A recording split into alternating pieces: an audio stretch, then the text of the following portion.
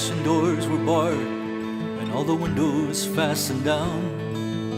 I spent the night in sleeplessness, rose at every sound, half in hopeless sorrow, half in fear the day would find the soldiers breaking through to drag us all away.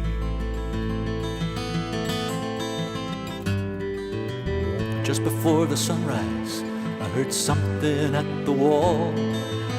The gate began to rattle, a voice began to call.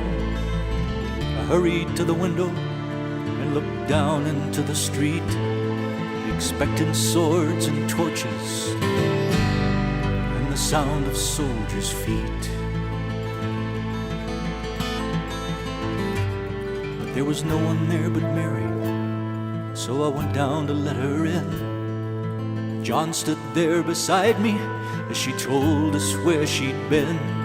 She said they've moved him in the night, none of us knows where. The stone's been rolled away and now his body isn't there. We both ran toward the garden, then John ran on ahead. We found the stone in the empty tomb, just the way that Mary'd said. But the winding sheet they'd wrapped him in was just an empty shell. How or where they'd taken him was more than I could tell.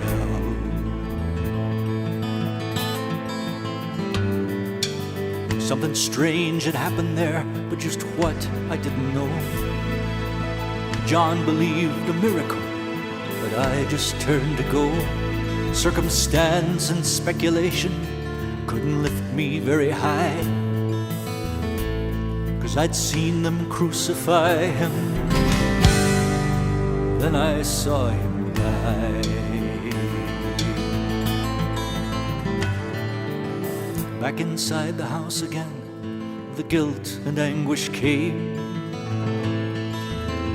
Everything I'd promised him just added to my shame, 'cause when at last it came to choices, I denied I knew his name.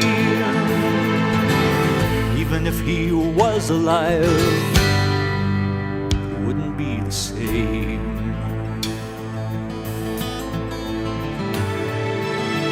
Suddenly the air was filled with strange and sweet perfume. Light that came from everywhere drove shadows from the room.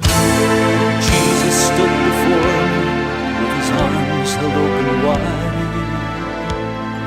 I fell down on my knees and just clung to him and cried. He raised me to my feet, and as I looked into his eyes, love was shining out from him like sunlight from the skies. Guilt and my confusion disappeared in sweet release, and every fear I'd ever had just melted